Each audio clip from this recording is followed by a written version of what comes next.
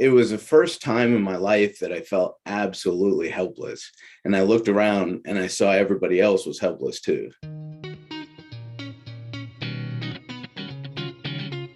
This is the Begin Within podcast, where we believe real, lasting health and fitness requires you to start inside before you work out.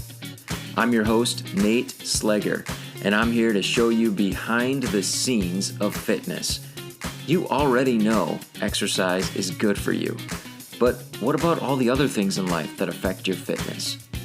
If you're looking for extra motivation to get started or to make sure you keep going, this is the place for you.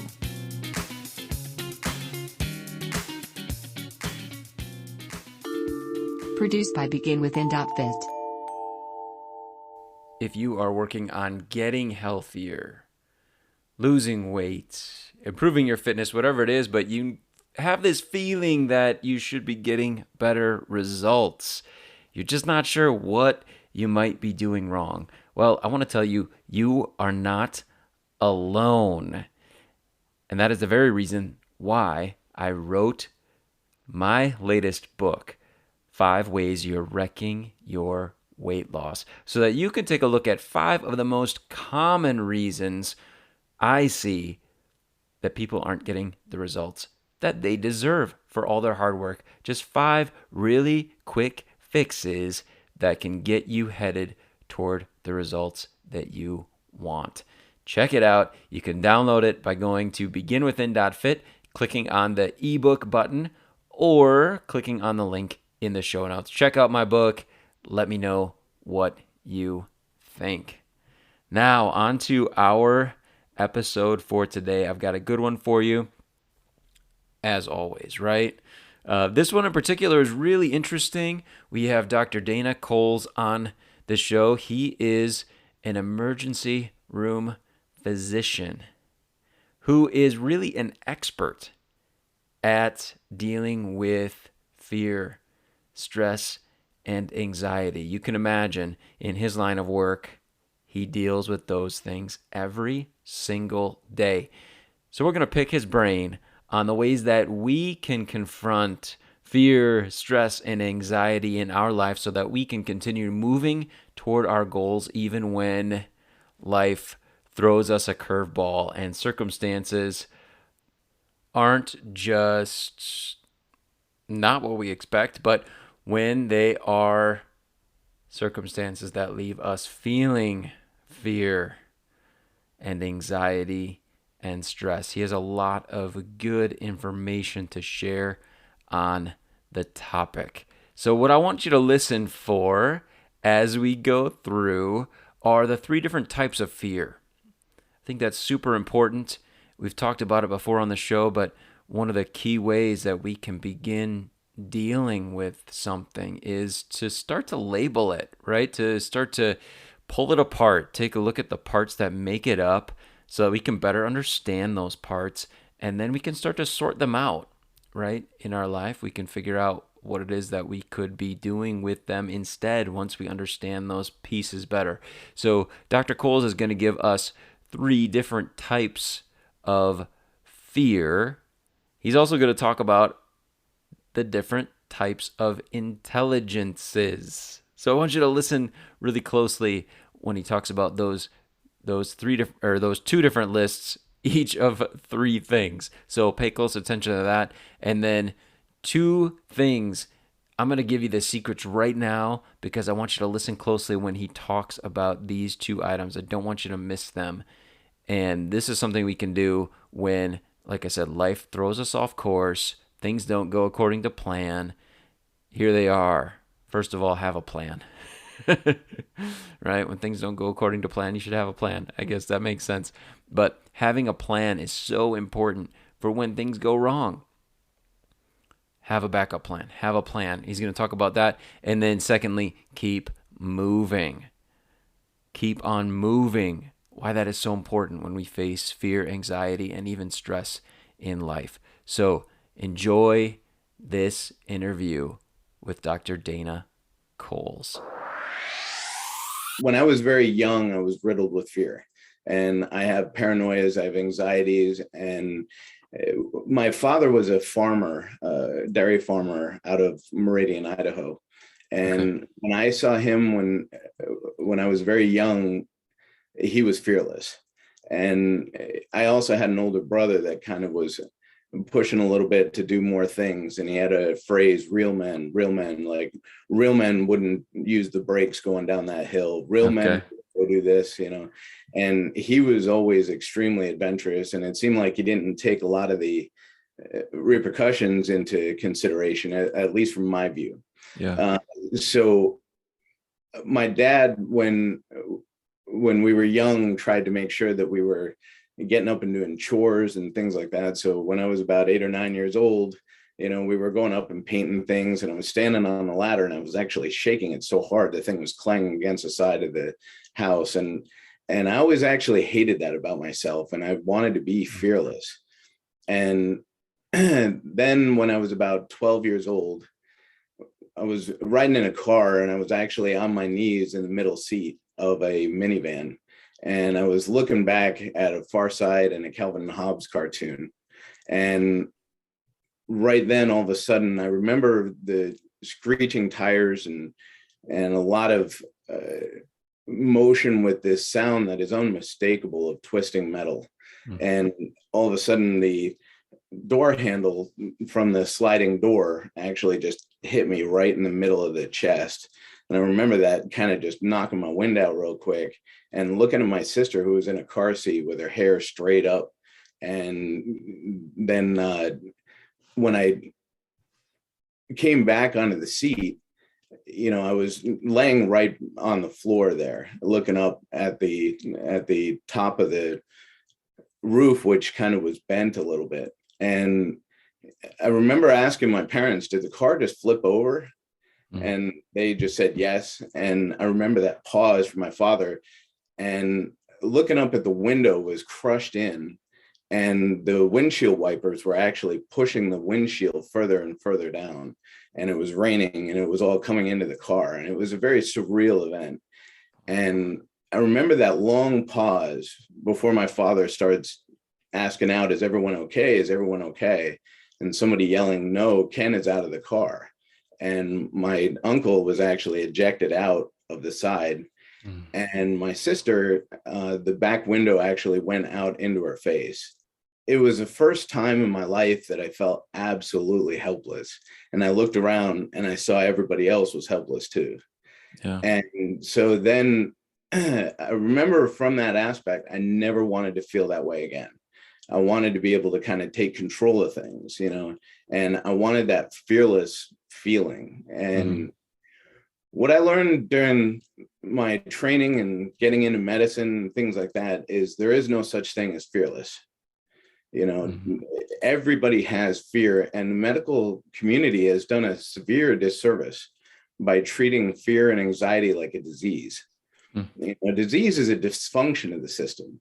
It's something that is gone awry that a very few people have, right? But fear and anxiety itself is something that everybody in the population has. And the one main thing, if you have fear or anxiety, is it's telling you to pay attention, and there's three different types of fear, right? So one is anticipatory fear.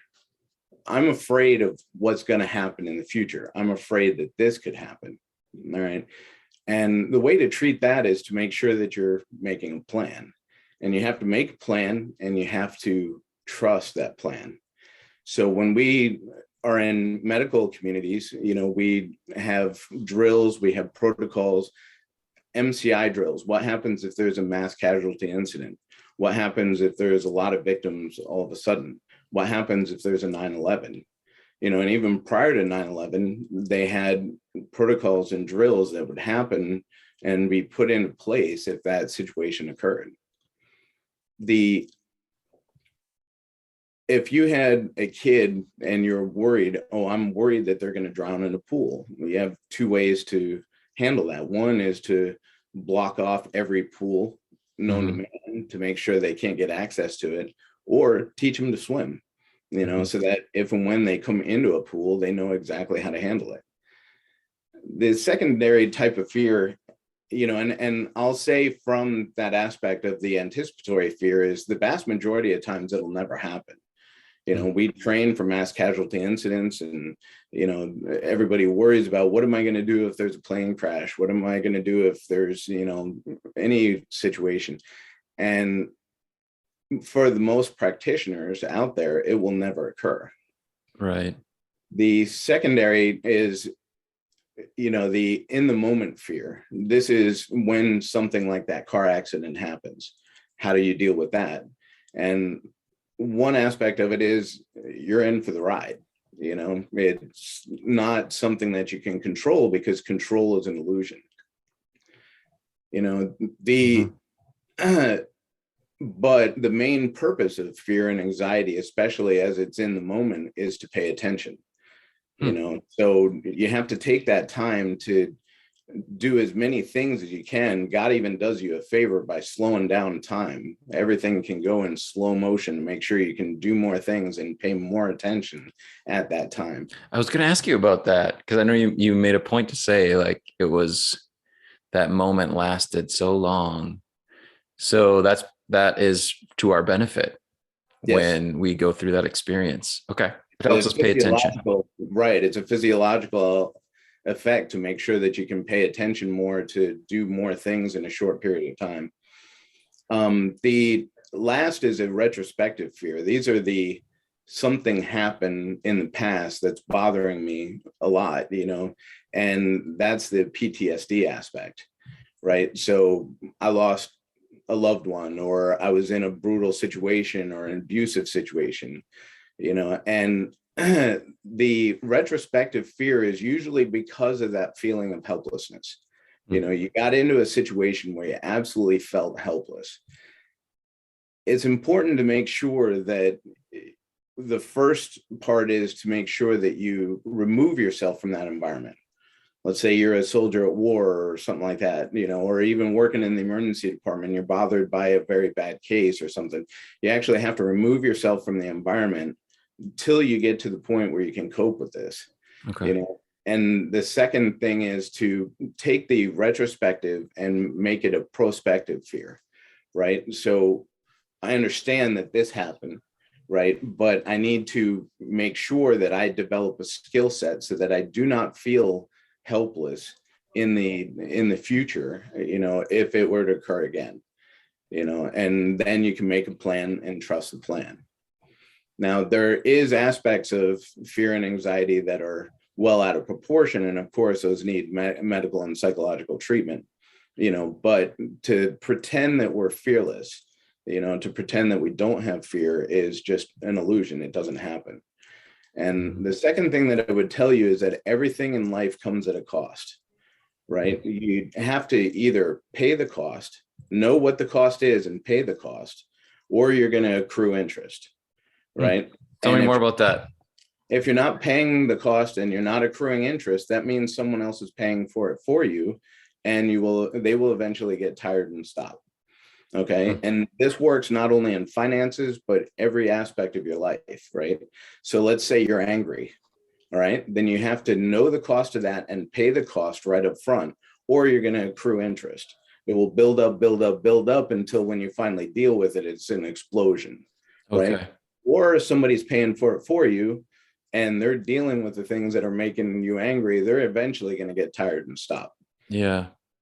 And so that Um, applies to fear and anxiety as well, right?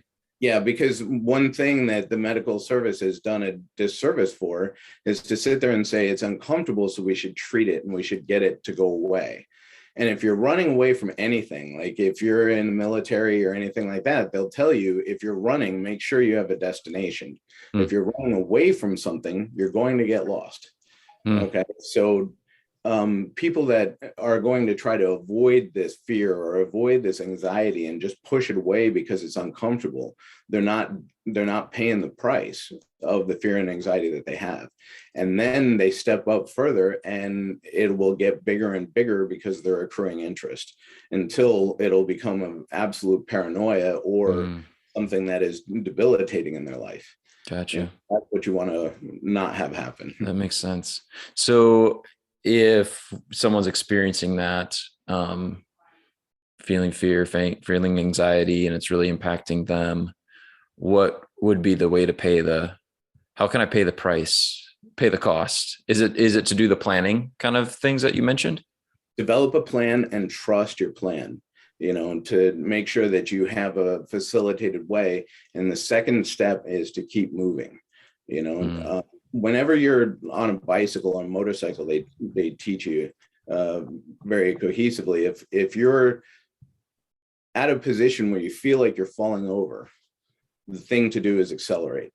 So if you feel like you're leaning over on a motorcycle, you accelerate a little bit and it actually straightens it up. Mm-hmm. Same thing happens in life. If you feel like you're falling over a little bit, the number one thing you want to do is keep moving and move forward. That acceleration, and it kind of rightens things up, and it also gives you a plan. And remember, back in school when they would do fire drills, what do they tell you to do? Here's what you're supposed to do in these situations. It gives them something to do. The second thing is, if you're, back in the day when they were worried about nuclear bombs, right? They would tell you, oh, climb under your desk and sit there, like that was going to protect you from a nuclear bomb, right? But it gives you something to do. It's a plan, and it's a plan of action. And that kind of subsides the fear and anxiety of it a little bit. Wow. I love it. The environment that I'm in a lot when it comes to working out, we hear a lot about how it is a source of, like, it's a reliever of anxiety. It can help us, but, and whatever form that is, right? I still always have this sense that if that's what we're using it for, we're not really paying the right cost, right? There's still going to be some residual issues, right? Because I still haven't planned. I haven't actually paid the price that the fear or the anxiety is asking of me. To some degree, I think that there is a large benefit to, the working out aspect, because we talked about the keep moving, and that's part of what you're doing is you're releasing that. One of the other things that I've come to understand is that there's several types of intelligence, right? One of them is a cerebral intelligence. And this because it's actually something that you need to train. You need to learn how to walk, how to talk, how to communicate, how to do everything in life, calculations, reading, that all is cerebral intelligence. It needs to be trained. There's also muscle intelligence or body intelligence. Mm-hmm. So how your heart works, lung works, that's outside of your cerebral intelligence. And it's you can control your breathing. You can also control your heart rate, but it's a lot more difficult. But there's that muscle training that they talk about, like if you're going to lift a heavy weight, right? And, if you just pull the bar up, then, you can injure yourself because the body actually thinks it's going to lift a low weight. So you got to load that bar. You got to, hold it a little bit so that your body understands we're going to do something, heavier. Mm-hmm. And then there's spiritual intelligence. And these are things that are, innate of us. You can call it like instinct, you can call it things like that, but it's an innate knowledge that comes outside of the cerebral and outside of the body.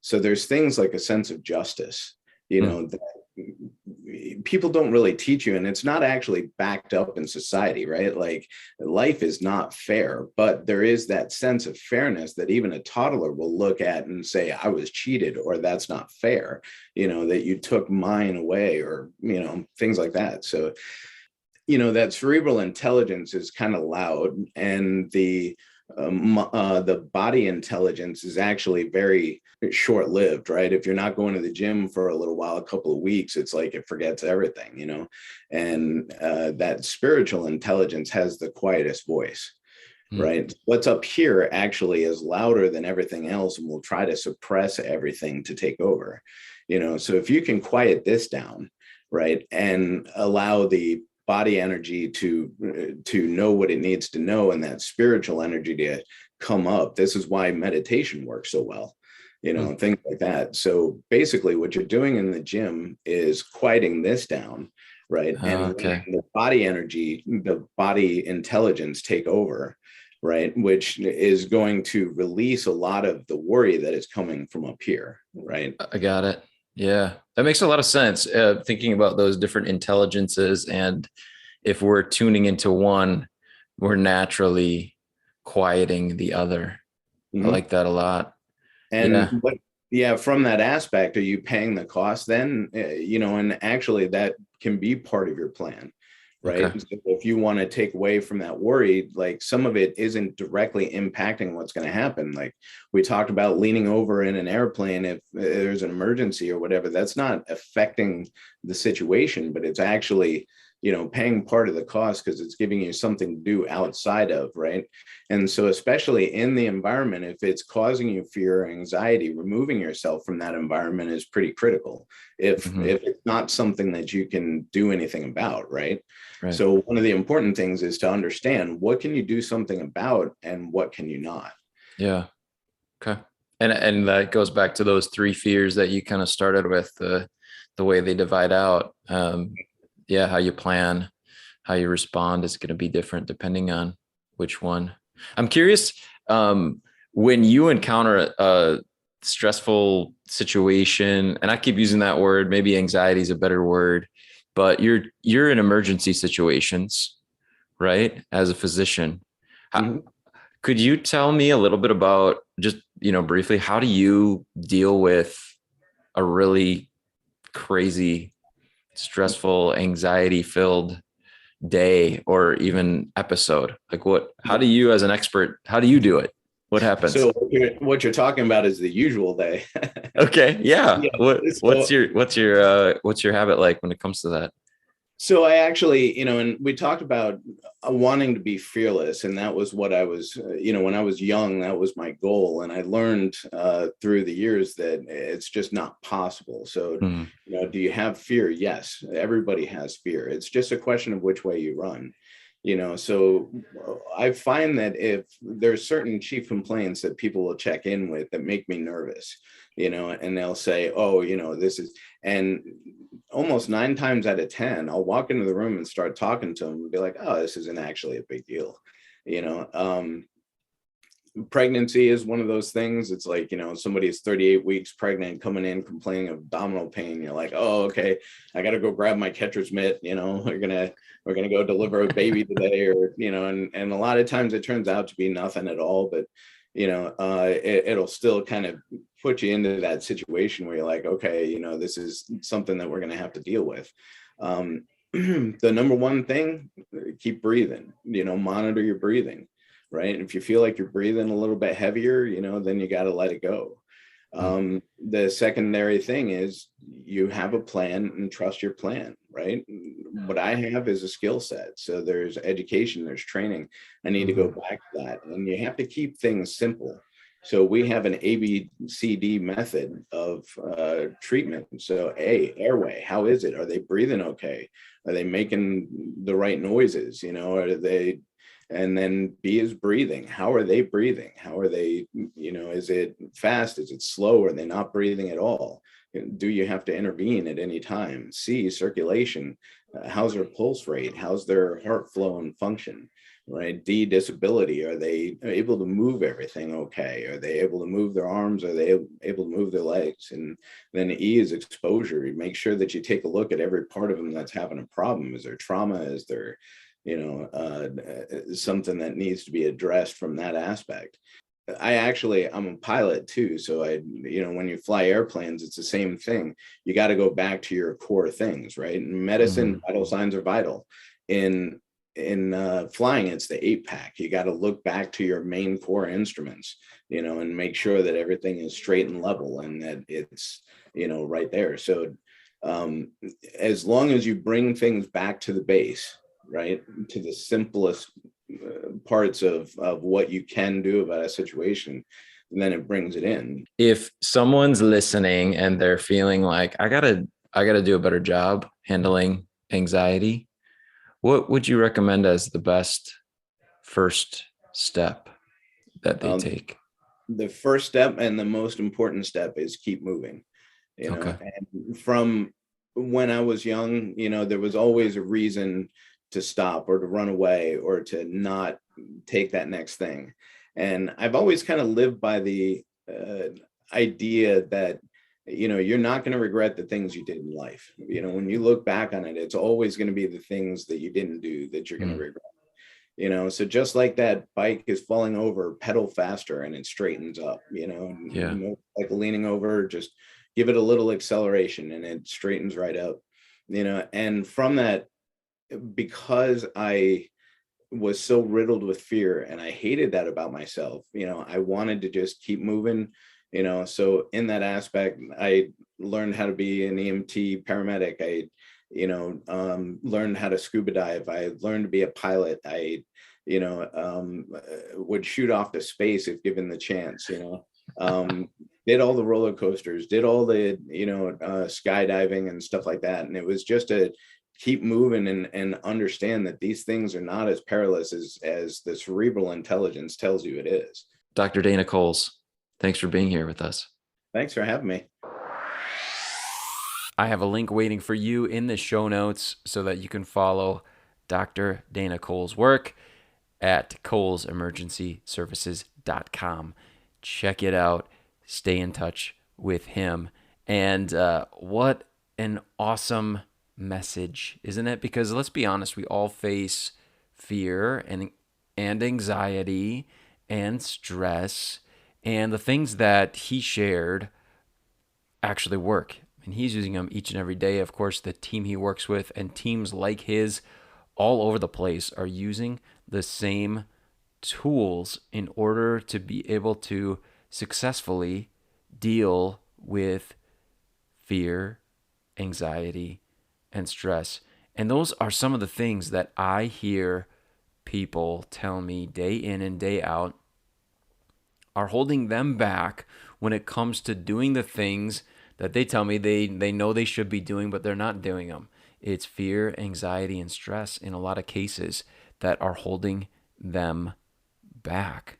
But that does not have to be the case for you. So understanding a little bit more about fear, also those different intelligences and how they work separately, how they work together, how interesting that is in the battle that we all have with fear, anxiety, and stress.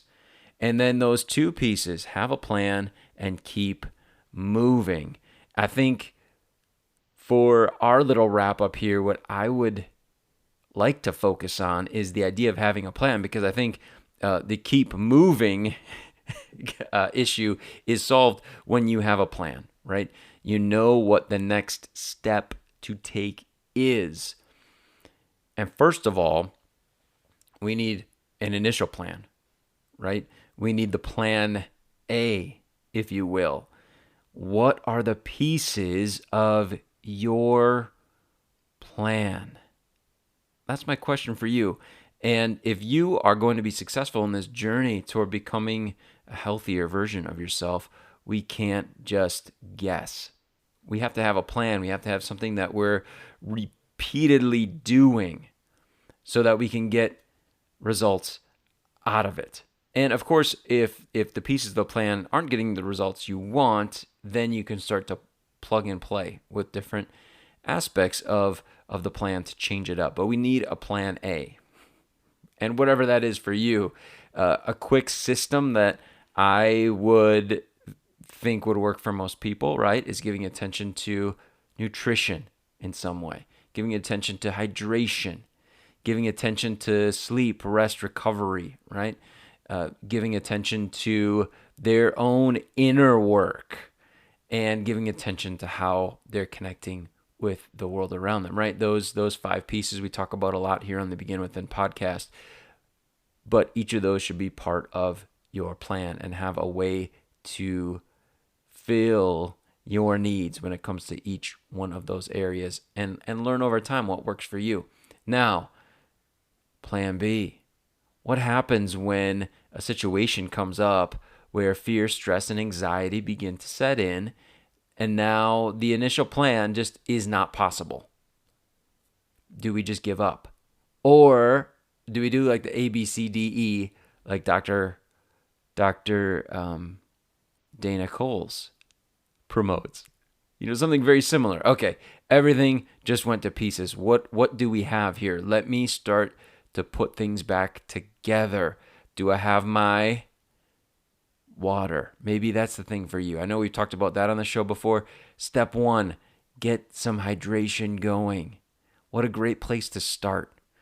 And do I have that taken care of? Okay, that one's easy, right? Just drink some water. You're going to feel better within a few minutes a lot of times. All right.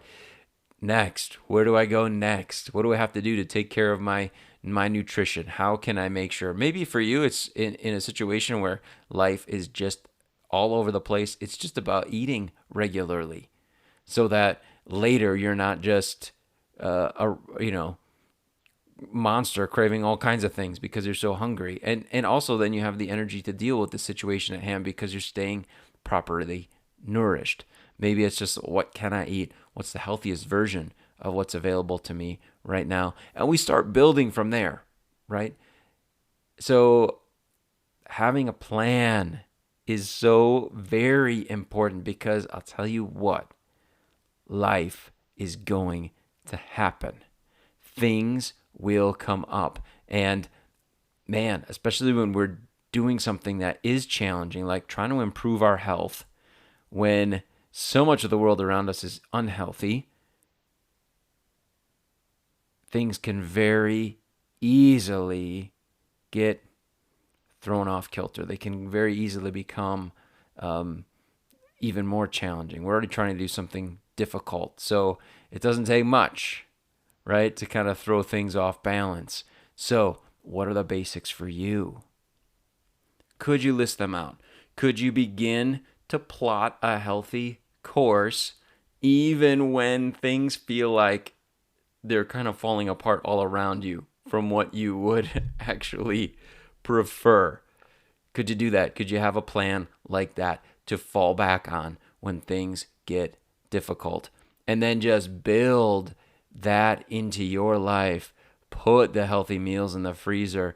Bring an extra water bottle full of water with you for the day so that you're always ready. So you always have things, right? Pack your gym bag the night before. Once you have your plan, you can begin to find little shortcuts, ways to make it even easier for you to be successful. But life is going to be stressful. There's going to be anxiety. There's going to be times of fear. And if you're going to keep moving forward, if you're going to continue to keep moving in a healthier direction, then having a plan is super important. And it's not just so that you can keep getting the results that you want, right? Having a plan, don't forget the purpose of the whole episode, having a plan helps us to overcome the fear, anxiety, and stress.